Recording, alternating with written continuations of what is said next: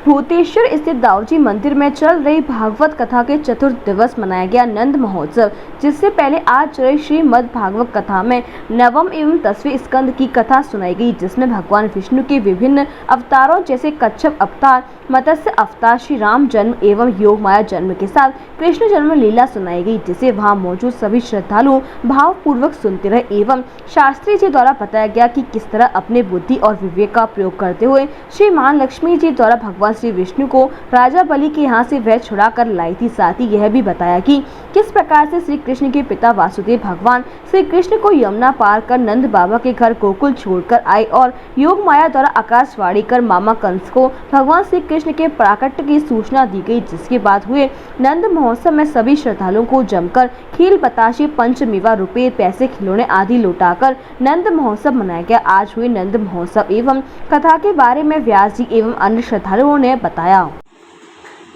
भगवान को जब चतुर्भुज रूप धारण भयो है तो देवकी ने कही है, महाराज मुझे तो बाल रूप में दर्शन दो। इधर कंस को खबर पड़ी है के देवकी के यहाँ 8वां गर्भ है गो है, पुत्र प्राप्त भयो है, तो कंस घबराए गए हुए। कौन कौन सी प्रसंग सुनाई गई? आज ठाकुर जी के अष्टम स्कंद और नवम स्कंद की कथा हुई है। अष्टम स्कंद में सबसे पहले मनवंतरण की कथा हुई, गजेंद्र मोक्ष की कथा हुई, उसके बाद में समुद्र मंथन की कथा हुई है, और उसके बाद में वामन अवतार की कथा हुई, फिर राम चरित्र की कथा हुई, और उसके बाद में 10वां स्कंद प्रारंभ होकर के कृष्ण लीला का प्रादुर्भाव हुआ है, और उसमें नंदोत्सव मनाया गया है। आज भगवान का चतुर्थ दिवस है। चतुर्थ दिवस में ठाकुर जी का जन्मोत्सव मनाया गया, नंदोत्सव हुआ है, और कल 5वां दिन है।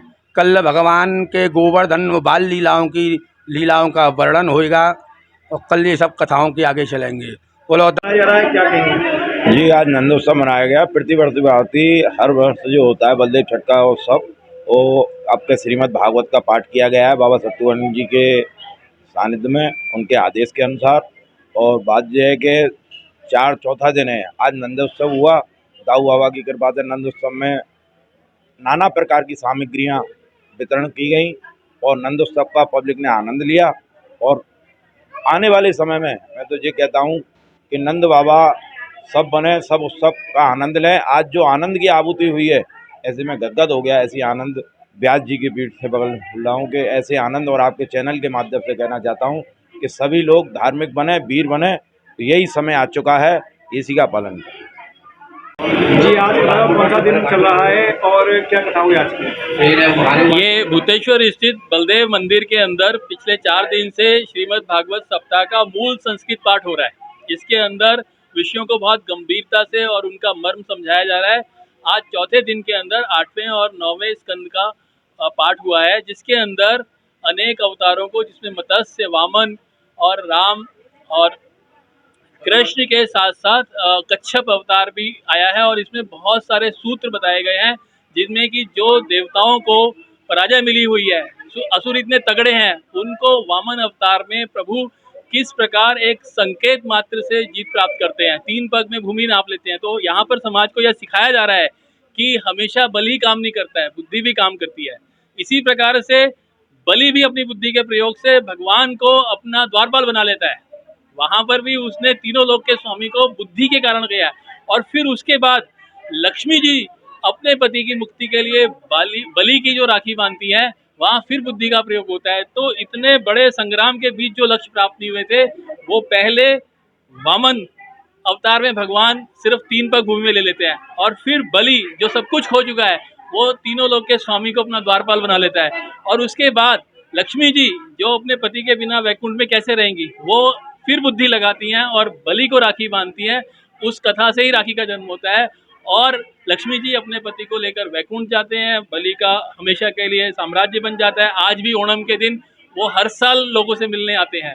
तो इस प्रकार के छोटी छोटी घटनाओं से बच्चों को, महिलाओं को आज के युग में इस भागवत कथा से कैसे आगे बढ़ाया जा सकता है, यह सिर्फ श्रद्धा नहीं, बल्कि बुद्धि, विवेक, स्ट्रैटेजी ये सब कैसे हमारे धर्म ग्रंथों से आज के जीवन में उतारा जा सकता है, इस पर स्वामी जी ने बहुत प्रेम से प्रकाश डाला है। और इनका संस्कृत उच्चारण अगर आप देखेंगे तो बिना समझे आपको समझ में आएगा कि लय, छंद, राग, रागनी वो सब इनका समाविष्ट है। मैं समझता हूँ इस प्रकार के प्रकांड पंडित भारत में बहुत कम होंगे।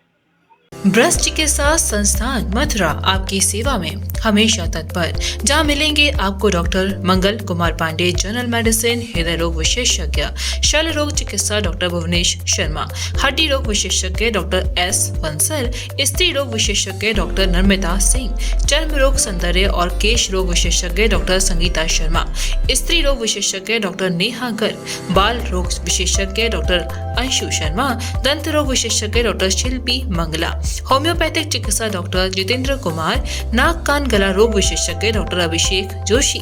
ब्रस्ट चिकित्सा संस्थान दरीसी रोड, मथुरा।